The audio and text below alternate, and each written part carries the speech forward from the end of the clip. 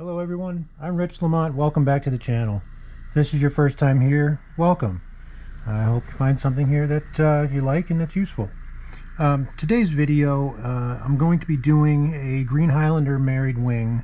I'm just marrying a wing. This is kind of going to be more of a tutorial on how to marry wings and selection on the particular sides and how the wing actually marries together. I was asked to be a part of what's called a Green Highlander project. It's put on by a hook maker in Japan named Yasuhiro. I will not try to pronounce the last name. I don't want to insult him by mispronouncing it, but he's a very nice gentleman, runs this project, and he made these absolutely gorgeous hooks. And he asks some of the best tyers in the world to recreate a Green Highlander using one of his hooks, and then they get added to a frame later on. And as a gift, he gave me one of these hooks for myself to do with as I please.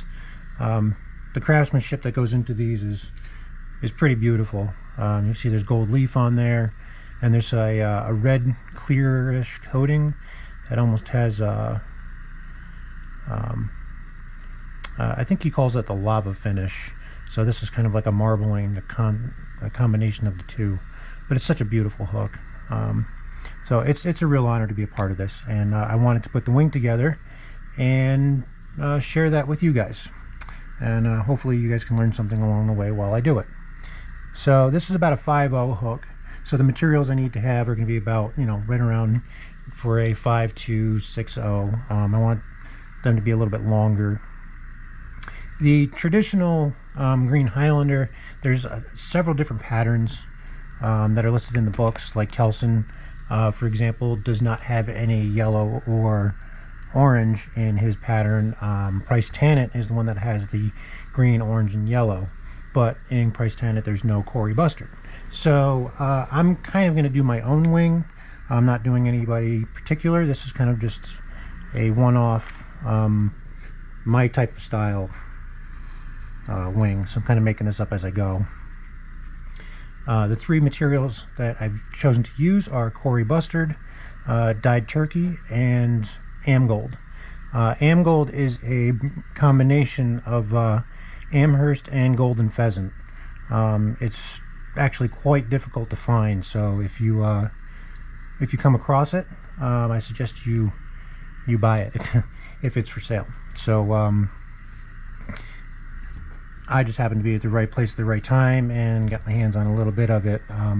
But I absolutely love working with it. It works and marries together better than Amherst or golden pheasant, in my opinion. So I'm more than happy to use it in this project.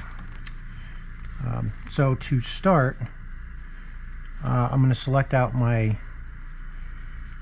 turkey. So we'll start with the green first.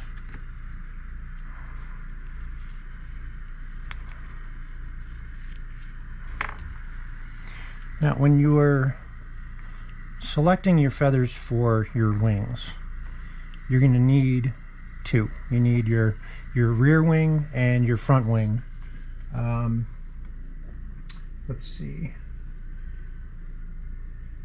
Grab all right, here's a Kate fly that I tied. So you need to have a front and a rear wing. This will be front side, rear side. So when you're in the hook, whether it's right-handed or left-handed, doesn't matter. But if you're looking at the hook straight on from the front, the left side of the hook is, for 90% of the people out there tying, is the near side.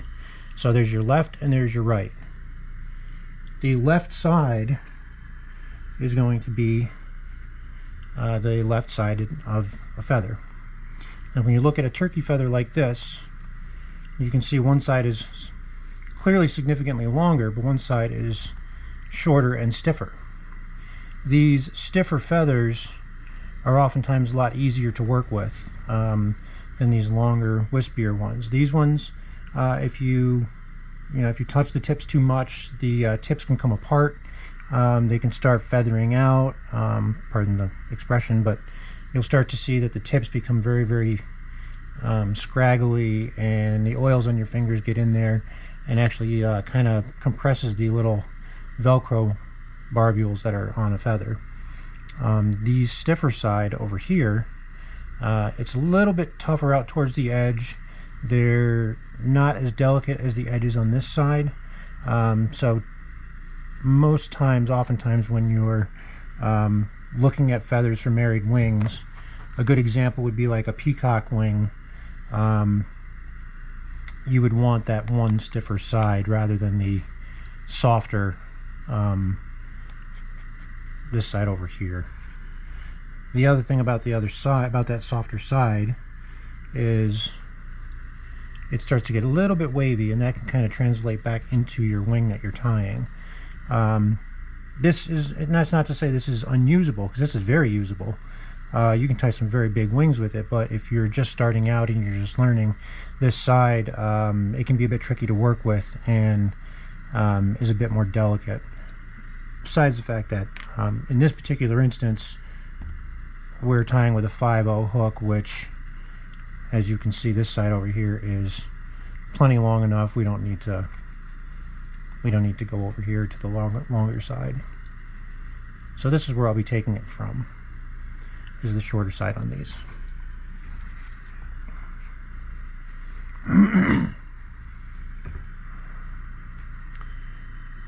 Now, where to take from? A lot of times I just use the hook itself. Most of the time I will marry my wing before I go to the vise and start the fly. That way I've got the wing all made. I can use the hook to measure up to make the wing. That way I know that the wing is going to fit before I even start the fly. I've done it in the past where I start the fly and then I stop and I go in and marry the wing, and then wind up, you know, the wing isn't, it takes forever. And this way I you know, I can marry the wing and have it all done and ready, and take care of any of the headaches or make any changes that I have to. Okay, so I'm going to take it from up here. It's a little bit longer than necessary, but that's okay. I'm going to start with 6 pieces.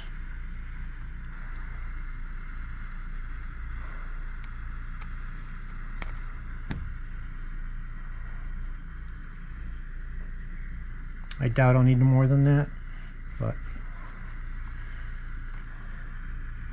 so that's the left. So that'll be the near side, and then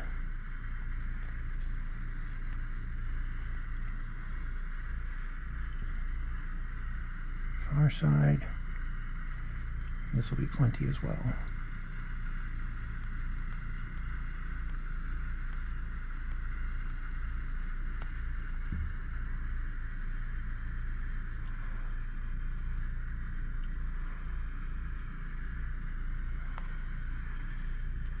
And then we'll do that with all of these. Now if you look at this feather here, this feather is a center tail feather. So the left side is fairly close and even to the right side. This side is slightly softer, it's slightly longer, but this one I can actually take from both sides and not need to go into another feather. I could if I want to. But if you look at this one here, there's these markings on the feather itself. Those are stress marks from other feathers and being in the pen, and you can see that this is the rub marks from where the other feathers would rub against it from fanning out when they strut. And unfortunately, there's some collars that just show it so much worse than others. And in this case, this feather's got quite a bit of marking on it. So I'm going to try to pull everything I can for this fly from the one feather. And again, we'll use the hook to measure out.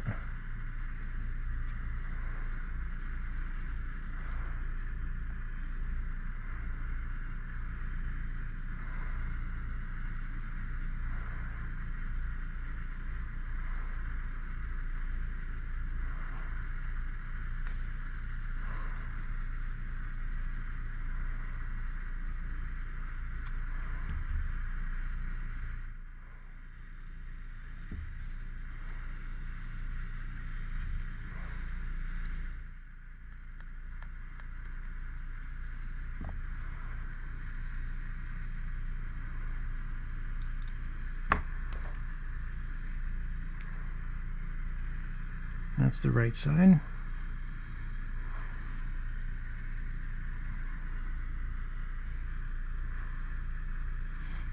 Now, you also want to check on right here as well. You want to measure it up against, once you clip it off of the racquets, because they do look longer on the stem. When you get them off of the stem, oftentimes you'll find that they do look a little bit shorter than you had realized. So you always want to double check that. You don't want to be taking your wing apart later after you find out that you made a slight error in length judgment. It's not the end of the world, but it doesn't make things easier, that's for sure.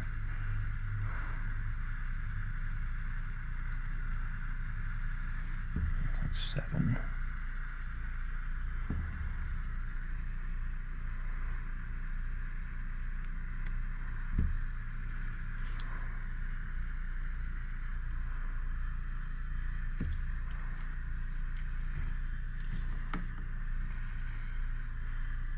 And then the yellow, kind of the same thing here. This side's a little bit softer. It's much longer. So I'm just going to take it from this other side here.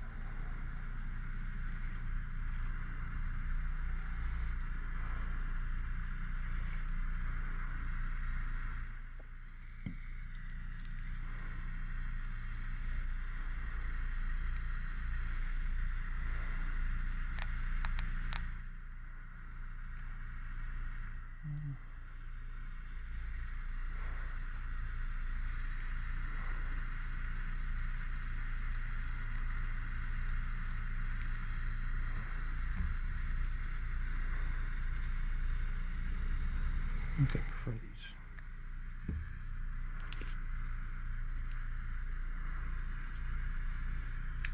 More than enough.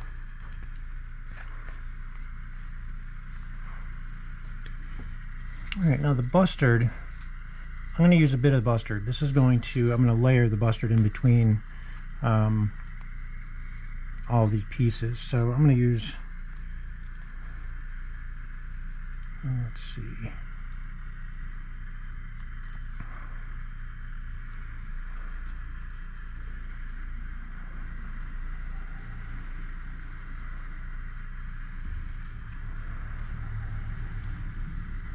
So I've got 6.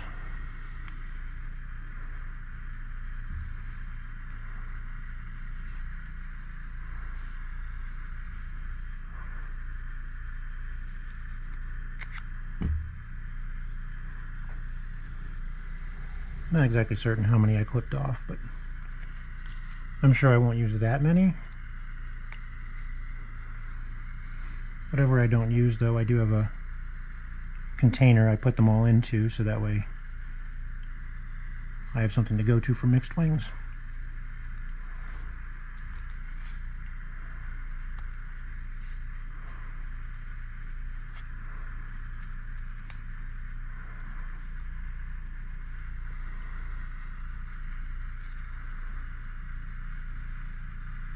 I know I'm holding it awkward, keep trying to see where the tip is.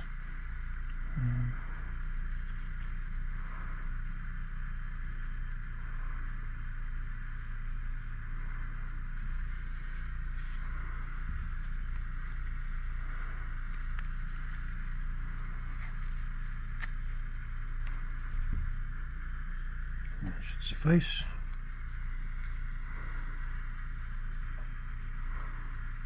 Plenty. And then the am gold I'm going to use to just basically top it off. A little bit on the top.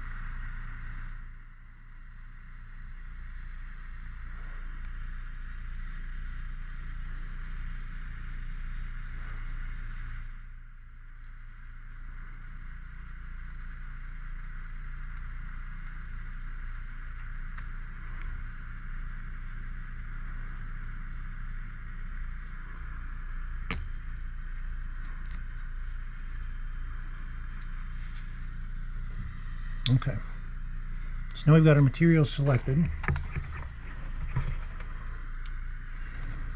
Now we'll take these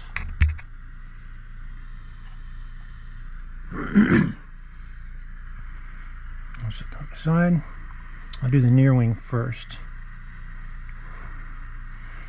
So the typical progression on a price Tannet wing, for example, is yellow, orange, green, and then into the others, but I'm going to kind of follow that. Only I'm going to do 2 strips of Bustard first.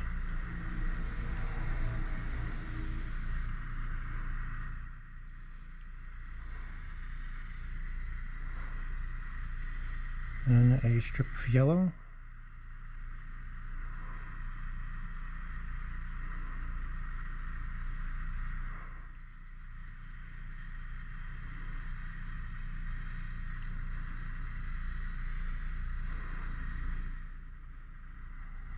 A strip of orange.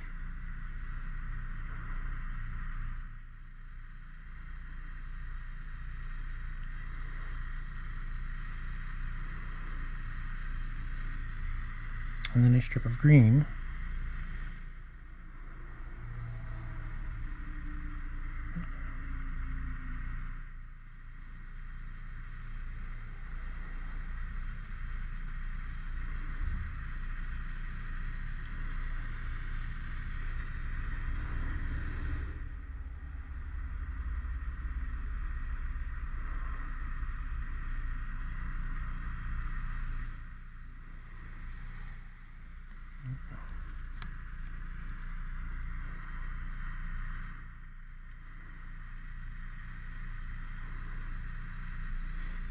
And then after that strip of green, back to a strip of Bustard.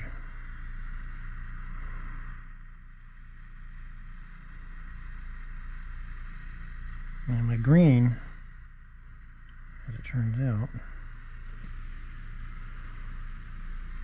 it's not quite long enough. So now what we got to do is take this green off of here and try to remarry it back on just a little longer than the orange. So now when you're doing that, if you look at the feather, see the curvature?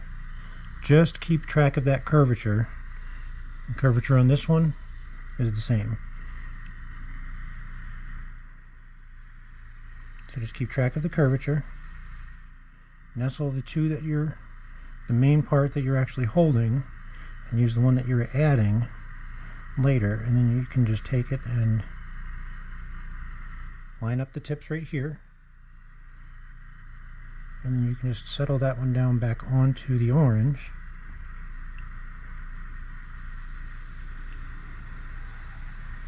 And with any luck, it'll go back to being married again.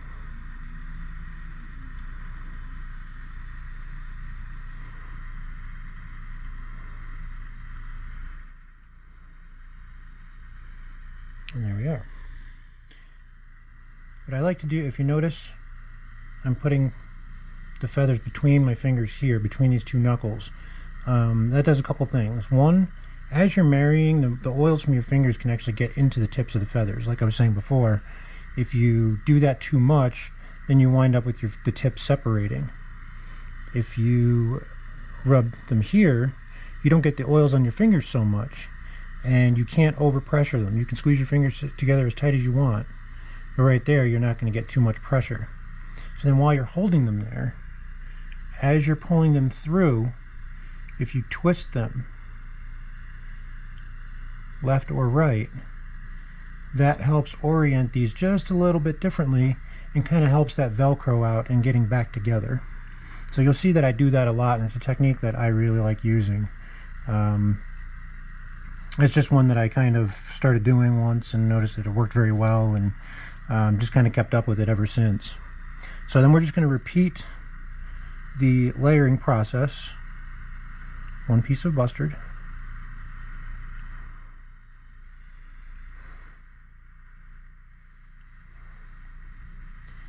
And then we'll go back to our colors, yellow, orange, and green again.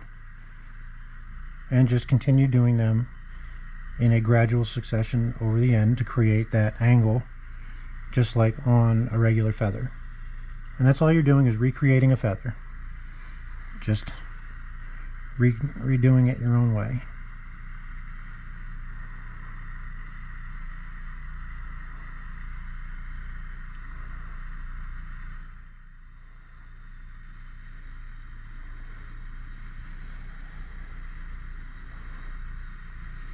We've got the yellow married on there.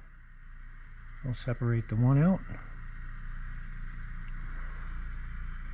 Grab the orange.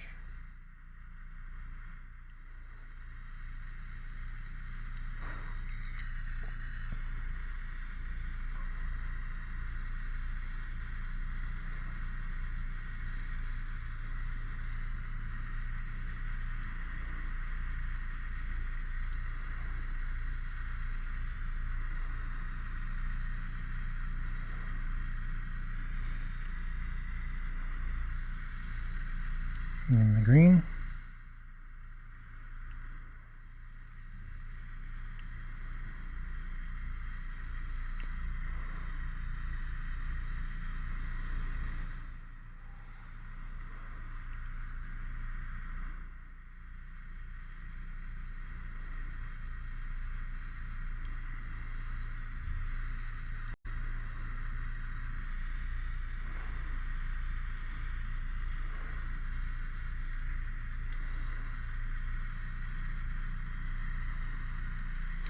Sometimes if you can't see where that bottom Bustard tip is, you gotta go and separate it out.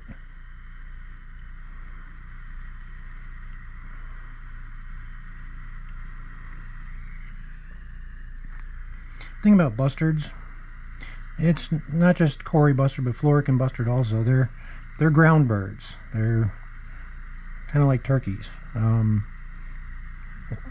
Well, they're not like turkeys, but they're ground birds. And in a sense, if you look at Bustard's feathers, they kind of get beat up along the tips and along the edges. You know, they're not 100% perfect. They get beat up and dragged, and you can see like these wear marks here. It happens. It's just the way. It's just how nature is and the way things are. But you know, some birds that are actually in captivity, they wind up being a little bit worse than others. But that's something that you can kind of look out for, and you might have to make small adjustments in how you lay your feather. But that's just something to pay attention to when you're lining up your tips, is that roughness can happen. And sometimes when you're counting out your feather pieces and your barbs and how many you're going to use, kind of got to take into account that sometimes there's broken tips on them, and you may have to account for that.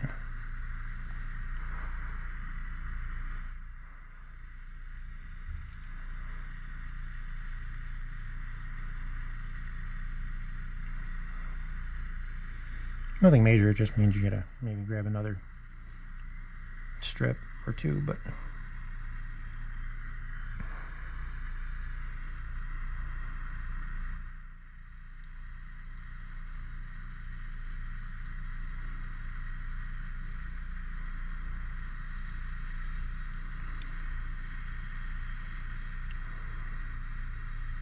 somebody did ask me if there was a set number of pieces or barbs or a set number of each color that was required, and there really isn't.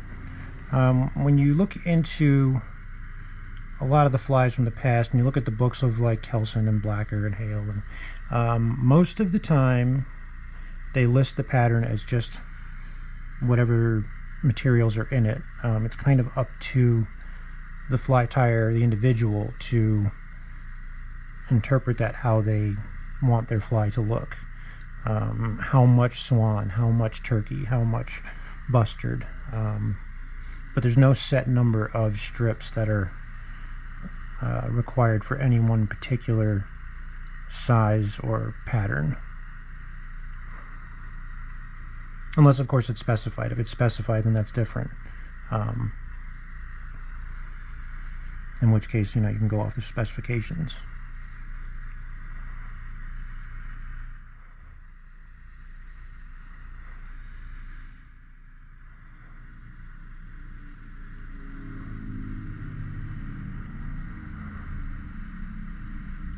As you can see now, this is starting to form into a rather intricate, nice colorful wing.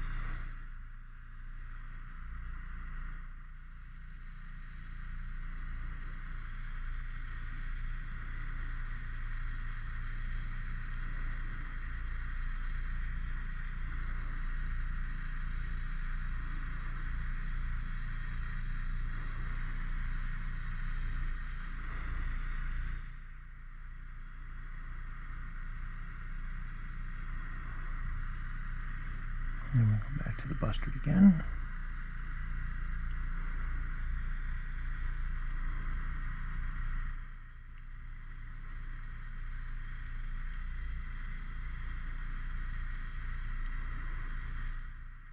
Hopefully you guys are able to see enough detail as to how I'm going about it and how well these are going together.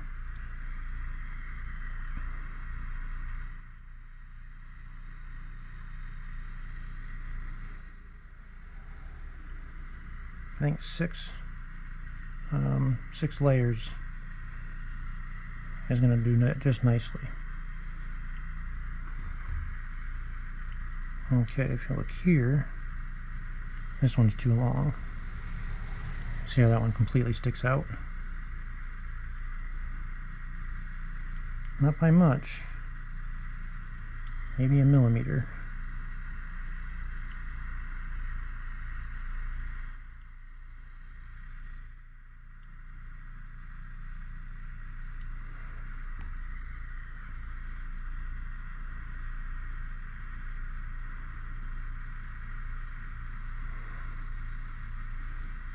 There we go.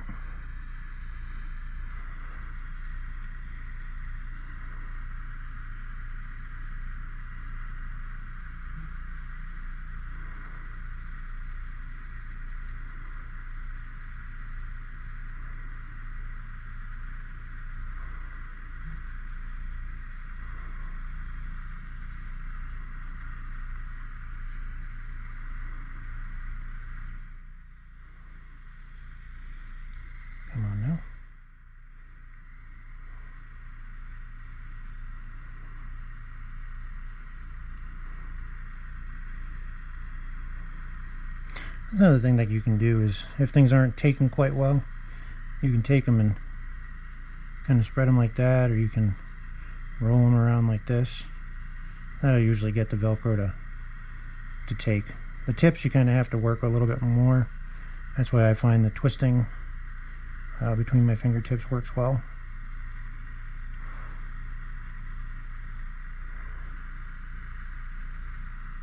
Oh. And I...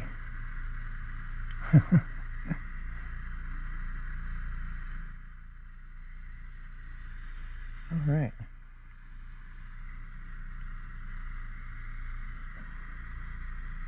Maybe that's why I didn't want to go together, because it didn't belong.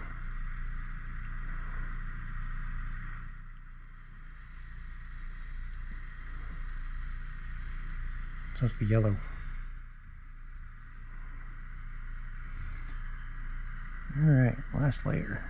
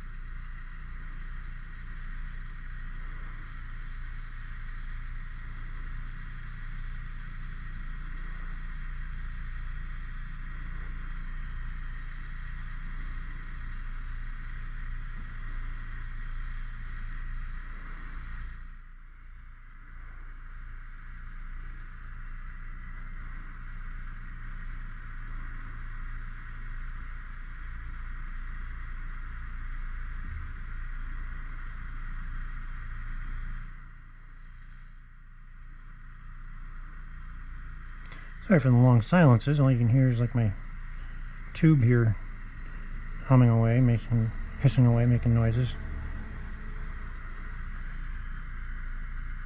I'm just concentrating a little bit.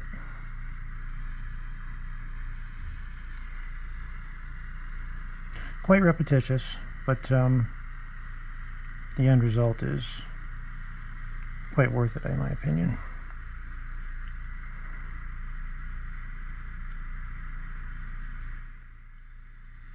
I've gone back and forth with myself several times on how I wanted to tie this fly, and I actually made another version of this video with a normal price Tannet wing, and putting that wing up against that hook, it didn't look right. I felt like it needed to be a much more intricate wing. One more layer will do just fine.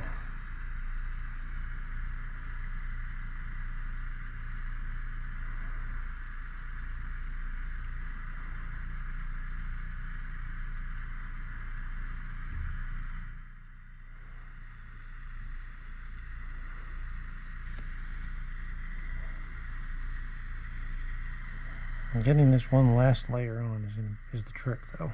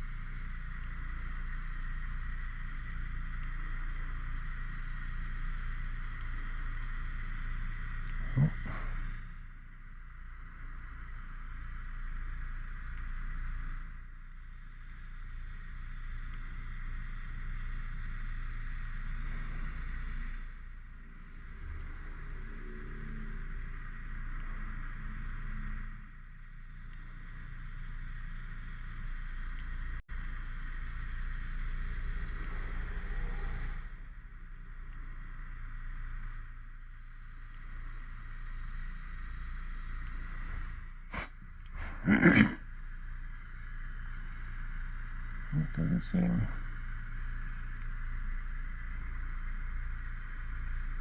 There we go.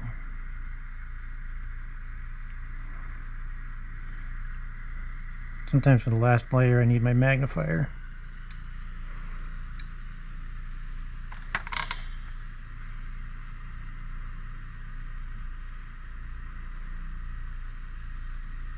There we go.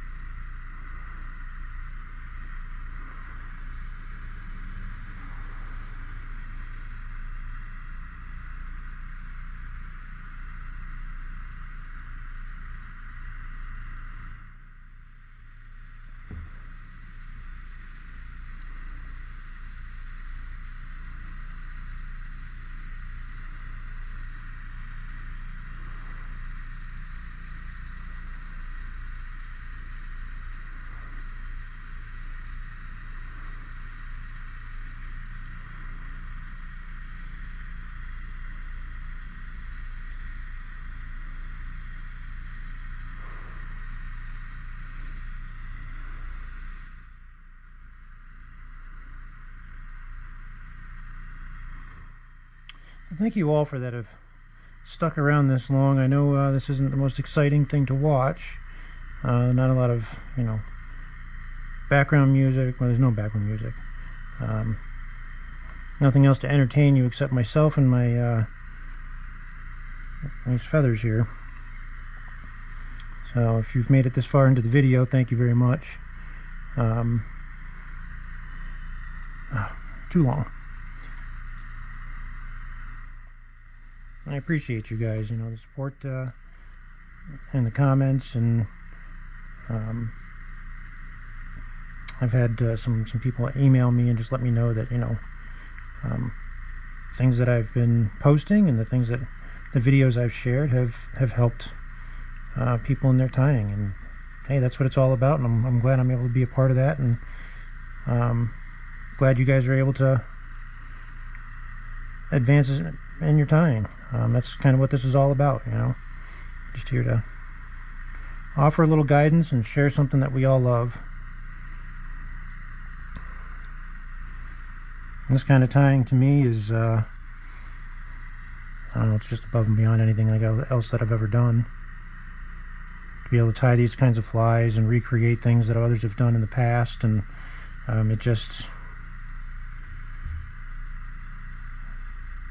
it's pretty neat to be able to take this stuff and make the things that we can make with just some feathers and some string. Obviously it's more than just feathers and string, but I'm sure you get my point. So that's a massive wing. I may have to cut that down a little bit. I like the am-gold on there. That is most definitely a thick wing.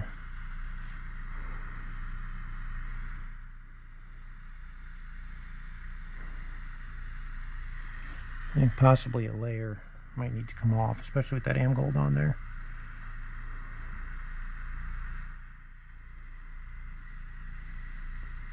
So we can just take that back off, and I'll literally just take a layer right off it.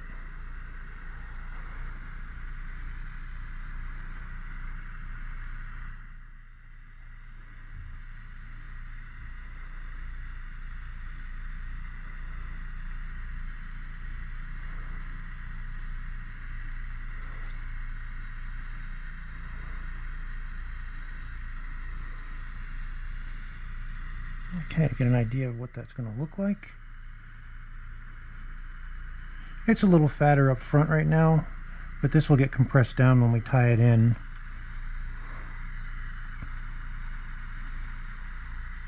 The shape of the am-gold will change a little bit along with the end of the wing.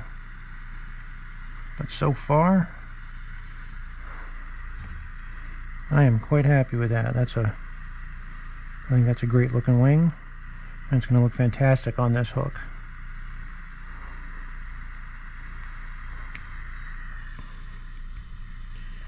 Alright, well, there's no sense in you guys sitting through the silence once again while I do the other side. But here's the finished product, the married wing for the Green Highlander project fly. I likely will not be recording this one as a video while I tie the fly itself, only because I've done it for Green Highlander already, and I do plan on doing a more extravagant Green Highlander in the future. But for now, this fly in particular, I want to devote all my attention to the detail at the vise without having the camera in front of me. So for this one, I probably won't wind up making a video of it. But I do have some other great videos coming out, so keep an eye out for that. If you like this video, give it a thumbs up.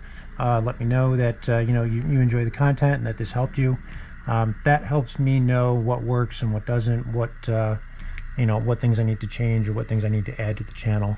And if you guys have suggestions, please leave a comment or reach out to me on Facebook. I think you can leave me a message there. I do have Instagram now at Rich Lamont Flies. So actually it's at Rich_Lamont_Flies. So you can look out for me there as soon as they allow me to post things. I'm not sure how I got banned in the first 2 hours, but hey, that's social media, I guess. So that being said, I hope you guys have yourselves a wonderful rest of your week and weekend, and we will pick back up probably on Monday with another video then. So until then, take care everyone, tight lines.